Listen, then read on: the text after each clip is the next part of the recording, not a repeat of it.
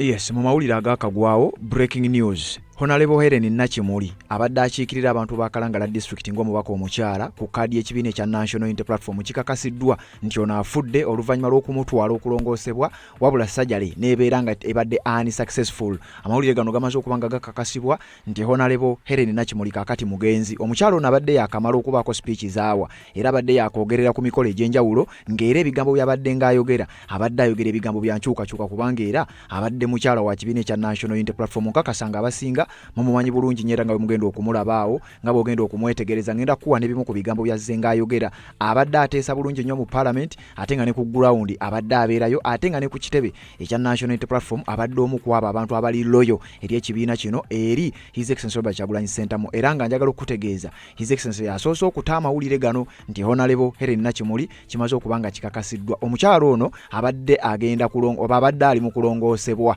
wabula tasobodde kudda ngulu bw'atyo ne kikakasibwa nti kaakati ono afudde. Honorable Helen Nakimuli byabadde ayogerako mu parliament bibadde bingi nnyo abadde mukyala wa kibiina ekya National Unity Platform era nga abadde atula ku bukiiko obw'enjawulo nga bwengenda okugamba naye nga ngenda kuwa n'ebimukwatako ebitonotono ate nga n'abantu ab'ekalangala bwe tugenda maaso n'okubeera nga tubasaasira wamu n'ekibiina ekya National Unity Platform kubanga omukyala ono abadde mpagiruwaga nnyo era abadde w'amaanyi nnyo mu kibiina kya NUP abadde y'omu ku bakazi ababaka abakazi ababadde boogerera nga bavaamu eddoboozi buli we kiba kyetaagisizza kakati we twogerera Helen Nakimuli kimaze okuba nga kikakasibwa nti kaakati omukyalo ono mugenzi. Ebujja buvuddeko awo tubadde twakakuwa ebigambo bye era abadde yakabaako ebigambo byayogera ku nsonga z'enkyukakyuka.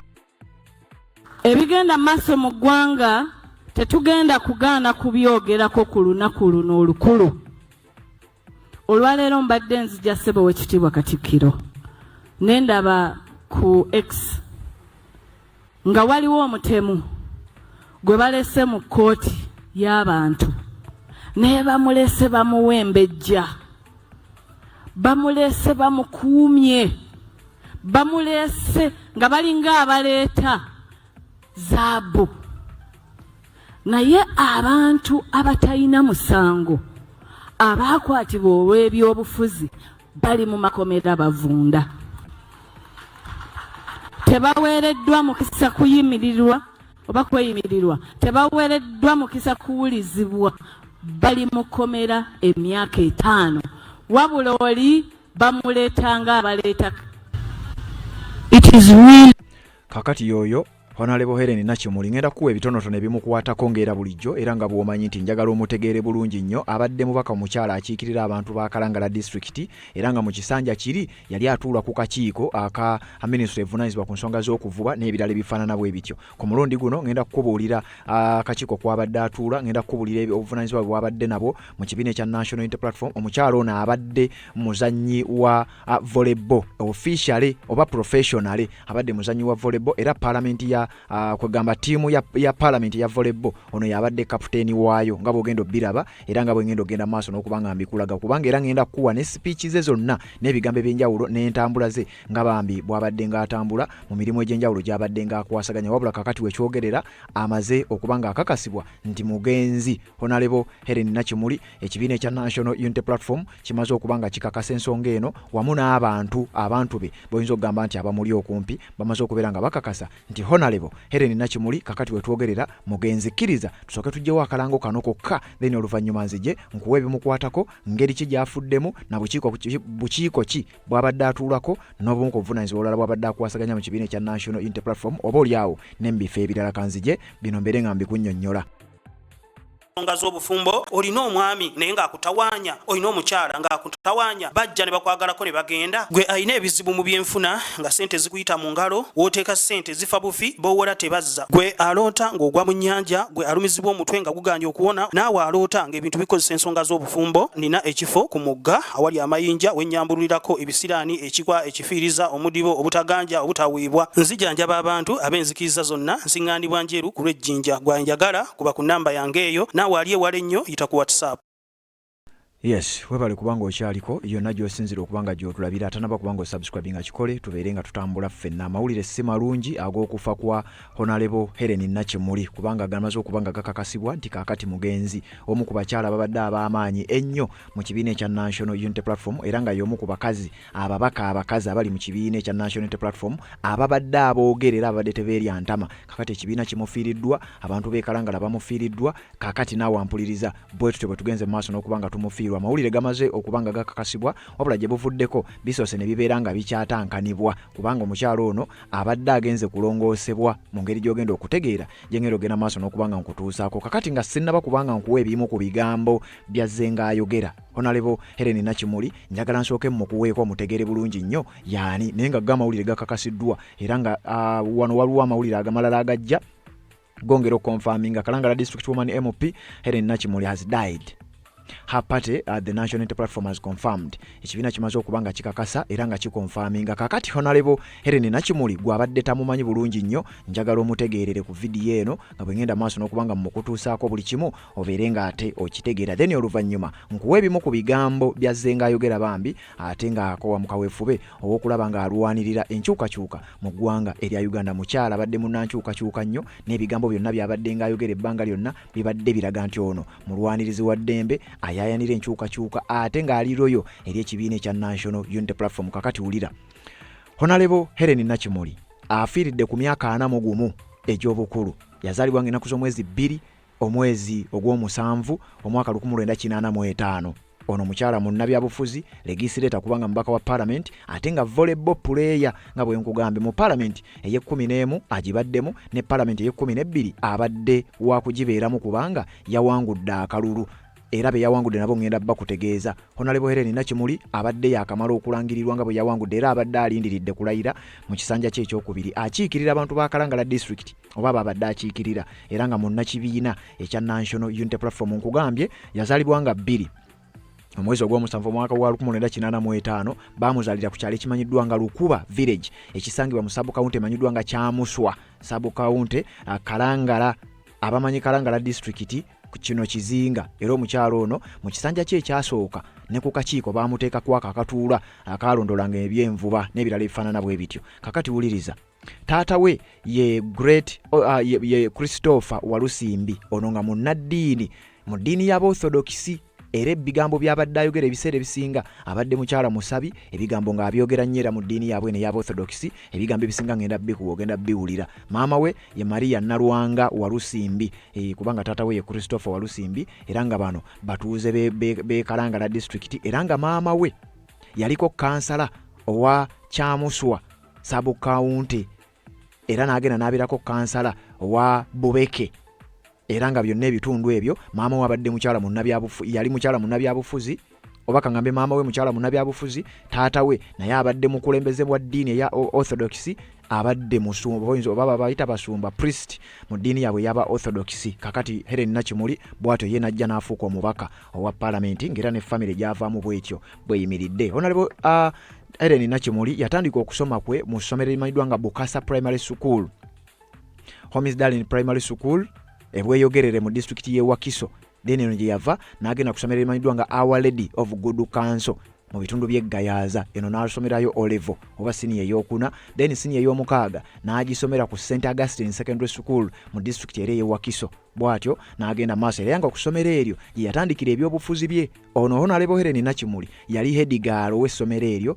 erya St Augustine Secondary School mu district y'e Wakiso yaliyo nga head girl era bw'atyo gye yatandikira ebyobufuzi bwe bw'atyo n'agenda ku Makerere University n'asoma n'akakkalabya emisomo gye gyali gisigadde Honorable Helen Nakimuli yawangula omukyala amanyiddwa nga Aida Nabayiga okufuuka omubaka wa parliament owa Kalangala District era bw'atyo anaaba nga akiikirira abantu abo ono yabadde akulira kye bayita communication and anti-corruption mu kibiina ekya National Unity Platform yabadde akulira akakiiko akavunaanyizibwa ku nsonga z'obuli bw'enguzi akalondolo buli bwenguzi mu kibiina ekya National Unity Platform era abadde atwala nnyo ekigambo Pearl of Kalangala kubanga ye abadde akkiririza mu kitundu kyakiikirira era abadde omu ku abo ababadde bayiwawo ennyo omubiri eri abantu be ab'ekalangala ate nga mu ngeri y'emu omukyalo ono abadde aliroyo nnyo eri ekibiina ekya National Unity Platform ebbanga lyonna ng'era bwe nkugambye ng'era bw'ozze ng'owulira kakati we twogerera Honorable Helen Nakimuli kikakasiddwa nti kakati mugenzi mu Parliament y'e12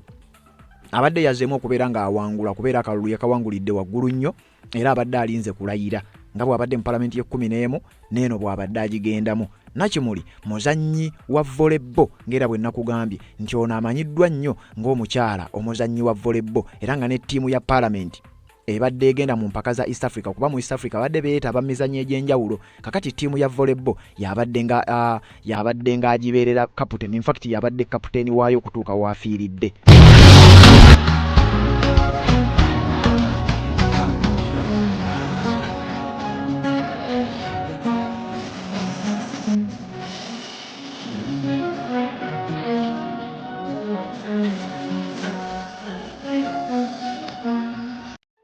Yoyo Honorable Helen Nakimuli ng'agenda maaso n'okuba ng'akuwaasaganya emirimu gy'okubeera nti mukyala mubasi era ng'omukyalo ono yasembayo okulabikira mu mizannyo gye bayita East African Parliamentary Games mu kibuga Arusha eky'eggwanga erya Tanzania era nga mu ngeri y'emu abadde memba owa kirabu emanyiddwa nga Kobabu Volleyball Club. Kobabu Volleyball Club eno emanyiddwa nga Community Based AIDS Program eno baali bagigonjaawo era ng'omukyalo ono yabadde omu ku bo abagikuwasaganya abagitwala mu maaso. Honorable Helen Nakimuli abadde muzannyi wa volleyball ono yali abadde ayamba nnyo era wenjogerera waliwo abantu abagenda okusigala mu mbeera etali nnungi nnyo abagenda okusigala nga balumizibwa naddala abantu mu bitundu by'ekalangala kubanga kigambibwa nti abadde awaniridde nnyo abakyala bannamwandu n'abaana bamulekwa mu disitulikiti y'ekalangala bangi babadde ayamba naddala ng'abafunira balooyazi ab'enjawulo mu nsonga ez'enjawulo era mu bitundu by'ekalangala eno waliwo omukyalo omu mbu yali bbaawe yali yafa then property za bbaawe ne baagala okuzimutwalako Nakimuli ono n'amuyirawo omubiri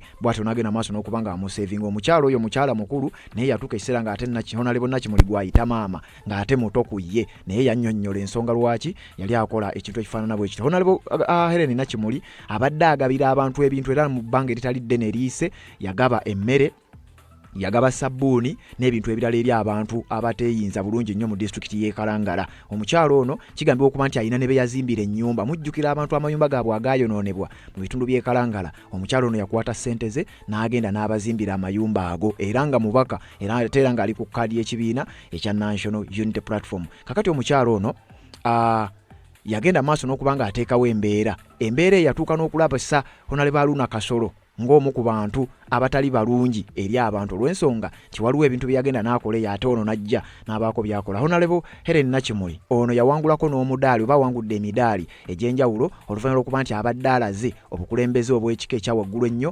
obw'empisa n'ebintu ebirala bifaanana bwe bityo. Waliwo kye bayita Pope and the Patriarch of Alexandria and all Africa ne wabawo kye bayita Theodore II of Alexandria nga bamusiima bamuwa emidaali egy'ebiri nga bamusiima eddiini ye eya Eastern Orthodox Church Uganda and Humanity nti byebintu byabadde asinga okuwa ekitiibwa n'okusoosowaza paka watuukidde okubeera ng'ava mu bulamu bw'ensi eno Honorable Helen Nakimuli era n'ekibiina ekya National Unity Platform olw'ebyo byonna kibadde kimwenyumirizaamu. Kakati we twogerera njagala okutegeeza era n'okukakasa amawulire agatali malungi nti omukyalo ono kaakati akakasiddwa nti mugenzi ezimu ku ntuula ezo Parliament abadde ng'azibeeramu era ekisinga okwennyamiza n'okutiisa alina n'olutuula lwe yalimu nga bakungubagira mugenzi waliwo omugenzi omu gwe baali bakungubagira mu Parliament bw'atyo n'abeerawo era n'abaako ne bye yayogera.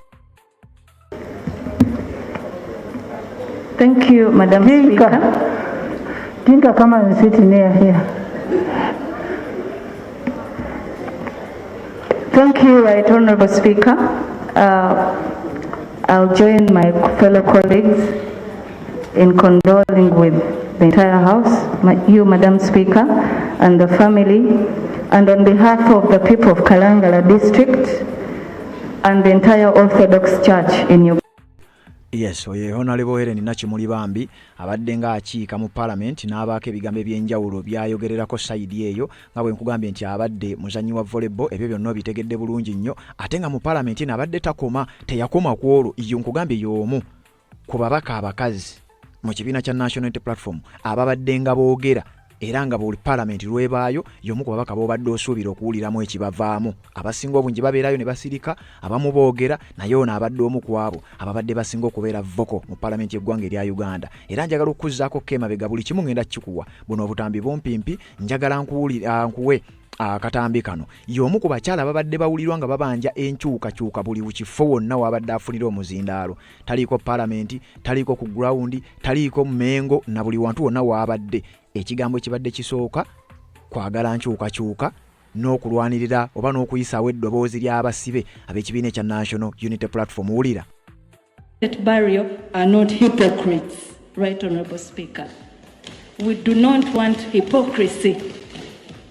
If this country settles, if we have peaceful elections, if we have no murders in this country, if we have peaceful change of power, this gentleman will rest in peace. I thank you, Right Honourable Speaker, and I pray that the soul of the deceased ne mu parliament era nga bw'owulidde bw'atyo bwe yayogeranga ng'agenda maaso n'okudimandinga obwenkanya okwogera ku nsonga z'enkyukakyuka nga taliiko kifo kiwaayogerera, taliiko bigambo kiwaabyogerera. Kakati ebimu ku bigambo by'abadde ayogera mu bantu ku ground nga waba abasaba akalulu ng'ovudde ne ku kyakalulu, ye ebbanga lyonna abadde advocatinga ku nsonga za nkyukakyuka buli wabadde afuna omuzindaalo. Kakati mukyala mugenzi. Nze bwe mundaba ebikolwa byange na buli kati waliwo abeenaalemu abampaakazi naye mbasika n'omusanga n'omubuuza nga ofukamidde naye nga tasaanidde atayinanyadde naye mugamba era ogenda okulaba waayo omuwala oyo era ogenda okulaba ng'akuwagira ogenda okulaba ne gundi nno ojja mumuwagira mpola mpola bagira bakola ki tugende tubasimesime batwegatteko ffe twagala kukyusa Kalangala, twagala kukyusa Uganda. Era bonna banga nyimiridde weenaale mutwige ebyobufusuga Nakimuli yakyusa. Lwaki yankyusa? Nze sisobola mukyusa. Yansinga ssente, yansinga amaanyi, yansinga ebigambo. So naffe tusobola okubakyusa. Bwe tuba twagala obuwanguzi bwa Robert Kyagulanyi Ssentamu tukunge buli omu atwegatteko tukyuse Uganda. Njagala okubeebaza okumpa omukisa guno. Akakuba akatonye kano kemulaba ka mikisa.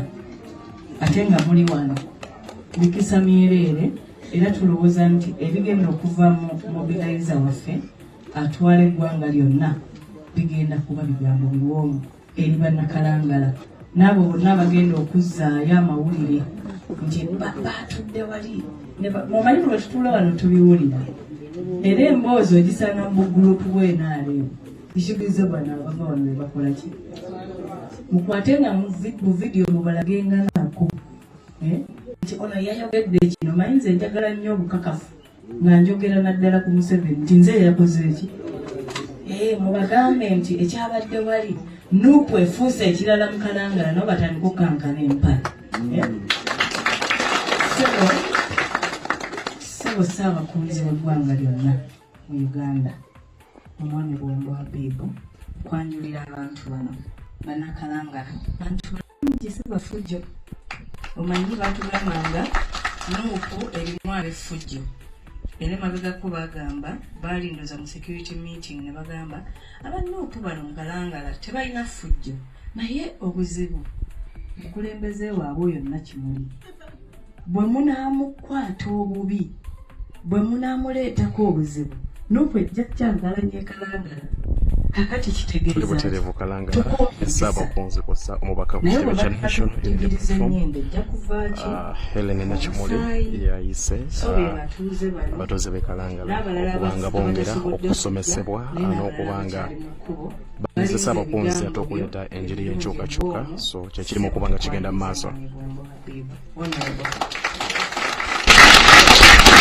Yes, kakati oyo ye mugenzi Honorable Helen Nakimuli. Wabula okwongera okutegeezaako ku nfaaye oba ku bibaddewo, Leader of Opposition atutegeezezza nti zaabadde ssaawa nga 3 ez'okumakya. Wuliriza bulungi.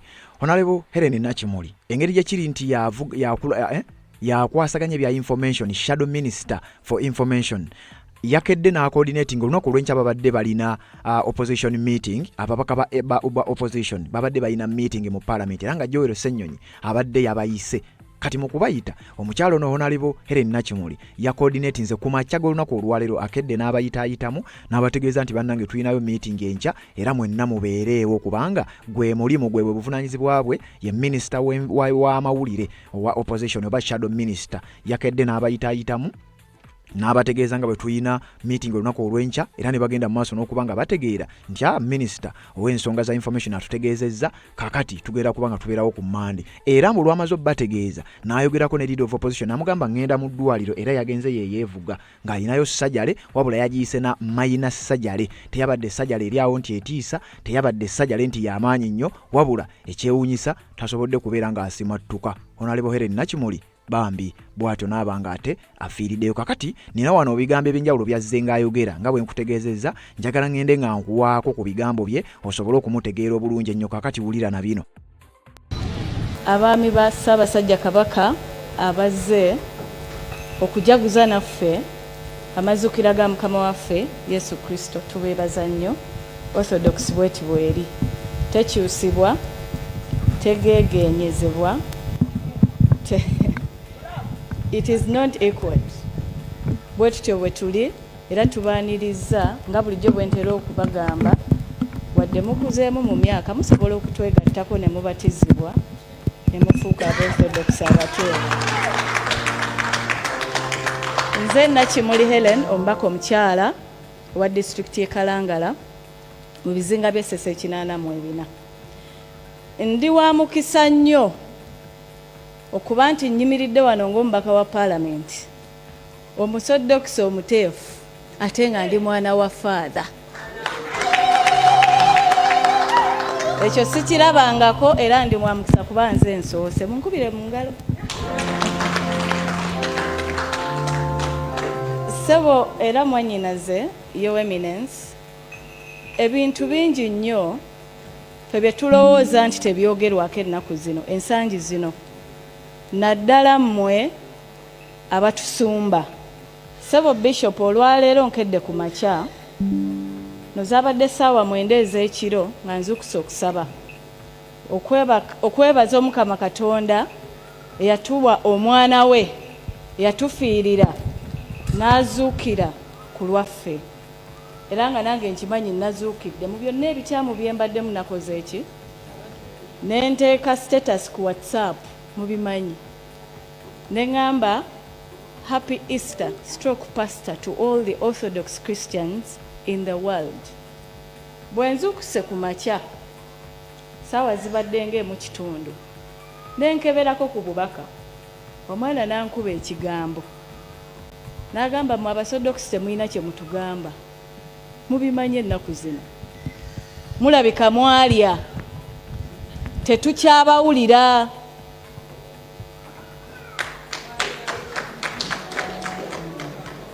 Ekintu ekyo kinnumye ne kinnumira ddala kubanga Orthodox ne bwogugolinga bwoti owulira nga mulimu, abasiraamu bagiyita gunna, owulira nga mulimu kugamba nze nkuze okutuuka wano nga nayigirizibwa nti Omusodox abawanjawulomu, tubeera banjawulo, tutambulira ku mateeka nga bwe galina okukola ki okubeera. Era waliwo weboogera at a certain standard nti Omusodox olina okubeera at a certain standard different from the rest of the people. Naye ebigenda maaso mu ggwanga tubiraba, tukoze eki? Era omwana n'asembayo nga ŋŋamba oyo Kristo wammwe gwe mugamba eyazuukidde temulina kye mutugamba, oli yafa ne Orthodox ng'ategeeza bino mbyogera kubanga mbijja ku ntobo y'omutima gwange byannumye nti omugenzi Yona Lwanga yafa neki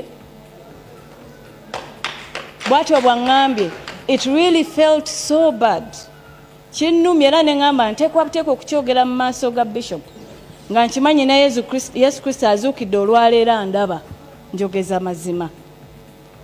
Obubaka bwa Bishop mbwagadde nnyo, bubadde ku maka nti omwana bw'omugunjula afuuka omukulembeze omuki omulungi era ndi wamukisa nkulidde mu maka agangunjudde era baatukuzanga n'empisa naye kyannaku nnyo nti ennaku zino omuntu bw'avaayo okwogera ku mazima bagamba talina ki abaana b'ennaku zino baggwamu empisa mwogera mutya nga mugamba abantu abakulu omuganda agamba neggwozadde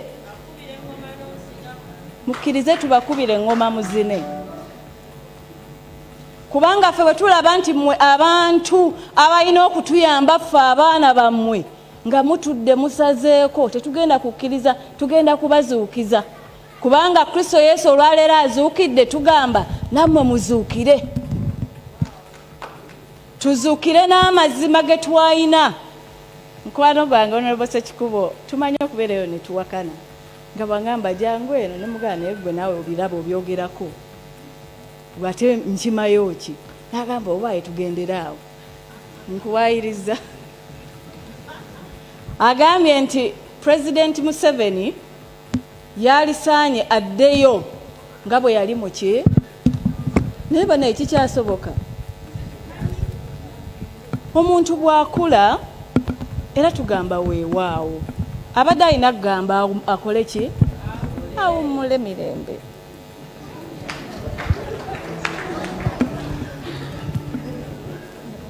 si mu bubi naye ebigenda maaso ffenna mu ggwanga tubiraba avaayo okwogera gwe batta avaayo okwogera gwe balwana ffe tetugenda kusirika nga tulaba bino ebigenda maaso mu ggwanga Bishop abantu bawambibwa abantu battibwa abantu esente kati bazibba kyere obubbi ng'omuntu abba n'agamba ate munankola ki omutwe guvunda omutwe gw'ekyenyanja guvunda gwe gusooka okukola ki okuvunda systems mu Uganda zirina okukyuka naye tezisobola kukyuka nga ffenna tusirise twetuddeko Eseze essuula ey'okuna olunyiriro lw'14 lugamba bwe bubanga bwe budde bwe buno obutuufu nga nze Nakimuli yaweebwa omukisa n'embeera mbaka wa Parliament okuvaayo n'enjogera ku nsonga nga zino ne sikikola bagamba Bayibuli egamba nti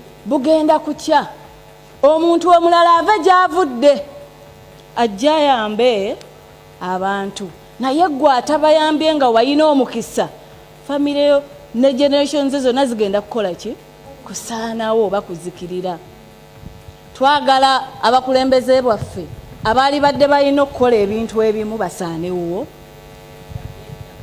mbasaba buli omu gwe kikwatako buli omu mu kiti kye ba father ba brother ba sheikh ba bonna abakulembeze naddala ab'enzikiriza ez'enjawulo tuleme kusirika kubanga oba oli awo omukulembeze yakuwaddeyo pajero.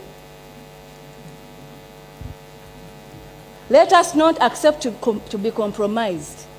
You can be compromised in anything, but not in what you believe in. Abasodox temukkiriza, do not allow to be compromised. Kubanga geyene tulindiridde bwe tuba tetulwanirira bantu baffe. Njagala okusembyayo n'obubaka obuntumiddwa President waffe mu kibiina kyaffe kya NUP Oweekitiibwa Robert Kyagulanyi Ssentamu. Saagala munyiige bino byebiri wate tukole ki. Tasobodde kubeera wano nammwe Ssebo Bishop n'agamba naye tusigale ku nnono ey'Obukristiyaani, Obuthodokisi, obuteefu. Tetuva ku mulamwa, tetukkiriza kutiisibwatiisibwa. Twogere ekyo ekituufu kubanga ayogera afa n'atayogera akola ki? Era mubuulize essuula ey'okusatu olunyiriri olusooka egamba kati bino bigambo byange nti buli kintu ekiri wansi w'enjuba kirina ki? Obudde bwakyo. If you fear to die today, you're going to die tomorrow. Why do you even fear death? Are you the one who created yourself?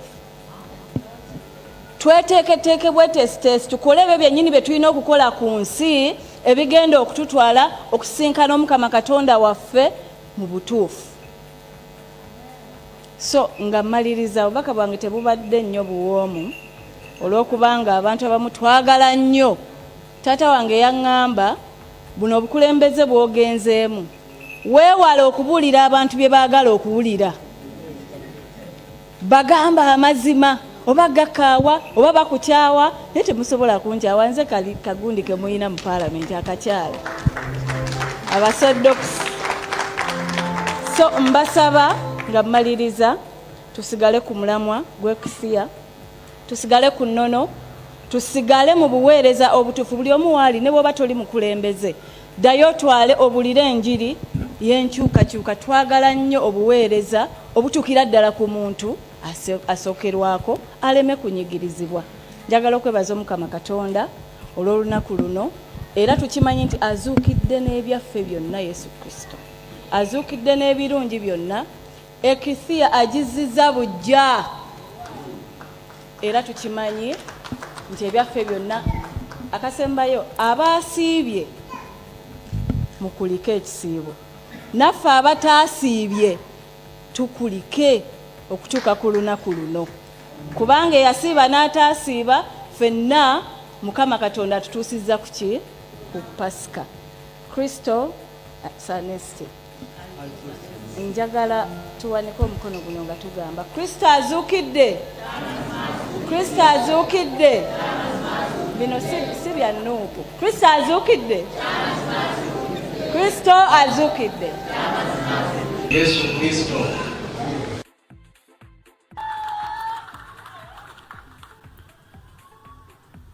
Bakitaffe mu Katonda mwenna,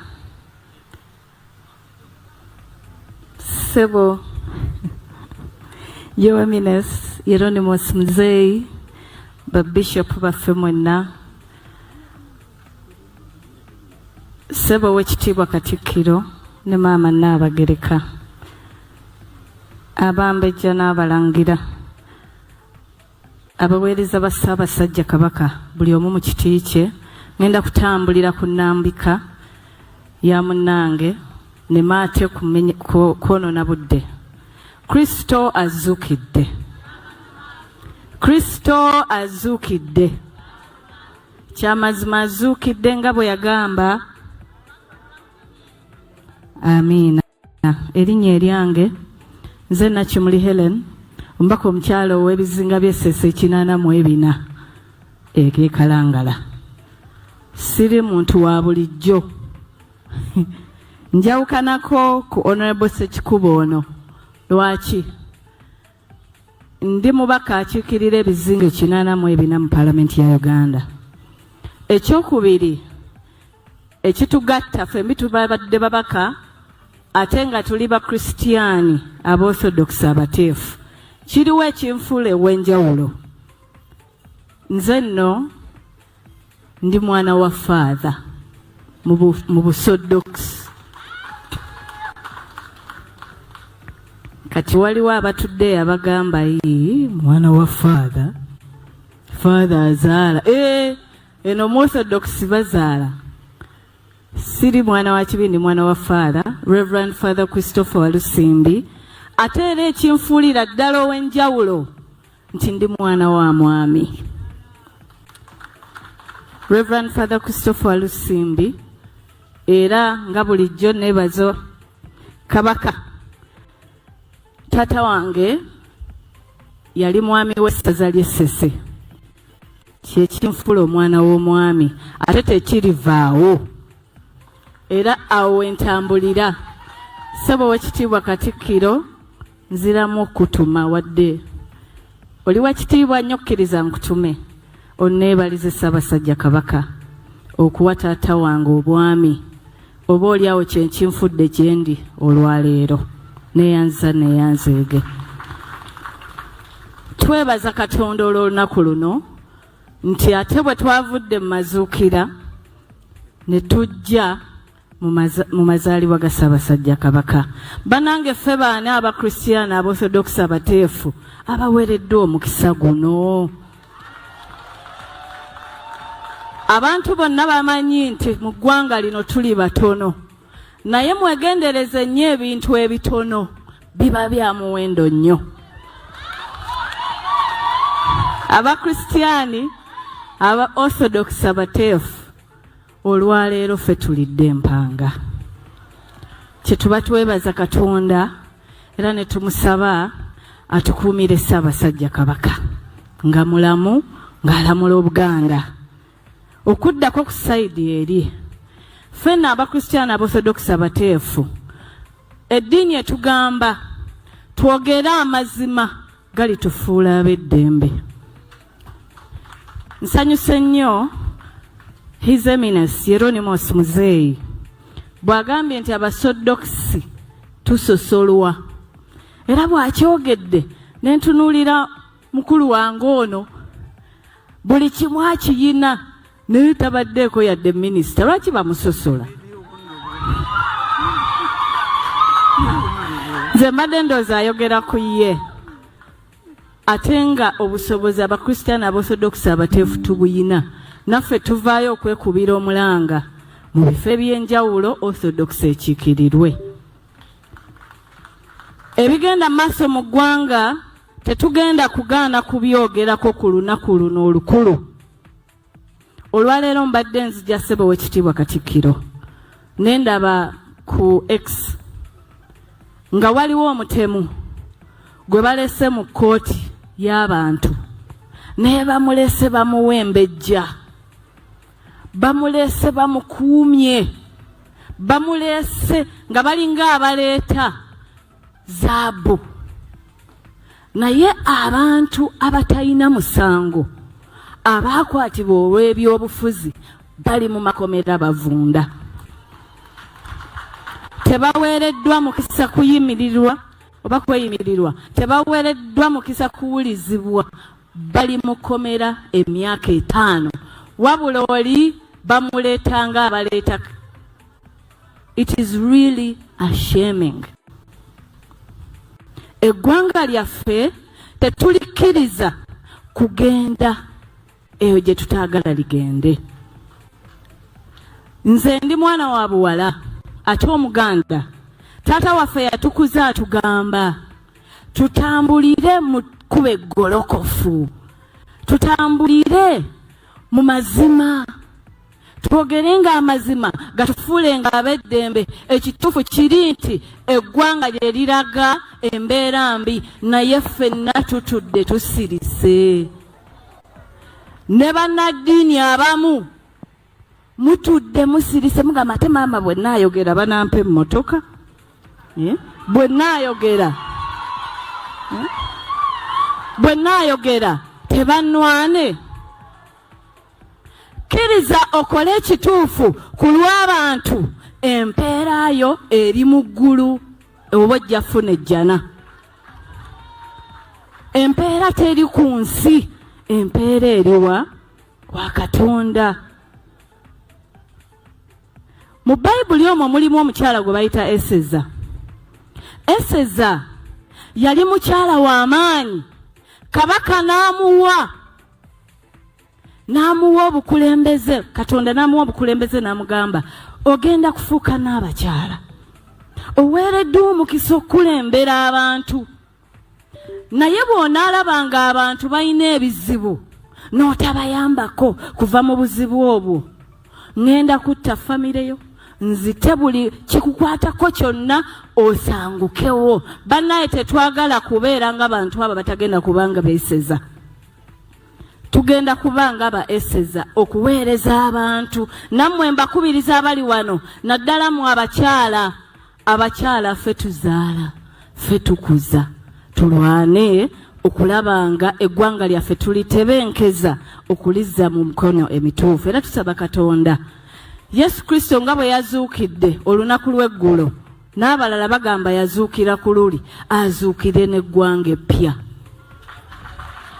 Era azuukire n'obuwanguzi bwaffe, Uganda etebenkere mu mirembe gye tubadde twegomba ebbanga lyonna. Ku lwa Katonda n'ensi yange awangale nnyo masomo ge. Wabula oli bamuleetanga abaleeta. It is really ashaming. Eggwanga lyaffe tetulikkiriza kugenda eyo gye tutaagala ligende. Nze ndi mwana wa buwala ate Omuganda. Taata waffe yatukuza atugamba tutambulire mu kkubo eggolokofu, tutambulire mu mazima, twogerenga amazima gatufuulenga ab'eddembe. Ekituufu kiri nti eggwanga lye liraga embeera mbi, naye ffenna tutudde tusirise.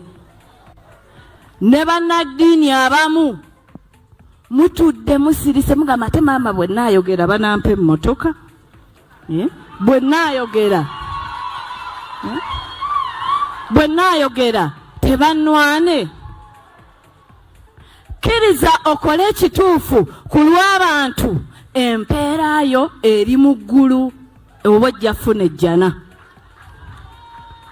Empeera teri ku nsi, empeera eriwa wa Katonda. Mu Bayibuli omwo mulimu omukyala gwe bayita Eseza. Eseza yali mukyala w'amaanyi, kabaka n'amuwa obukulembeze, Katonda n'amuwa obukulembeze n'amugamba ogenda kufuuka n'abakyala, oweereddwa omukisa okukulembera abantu.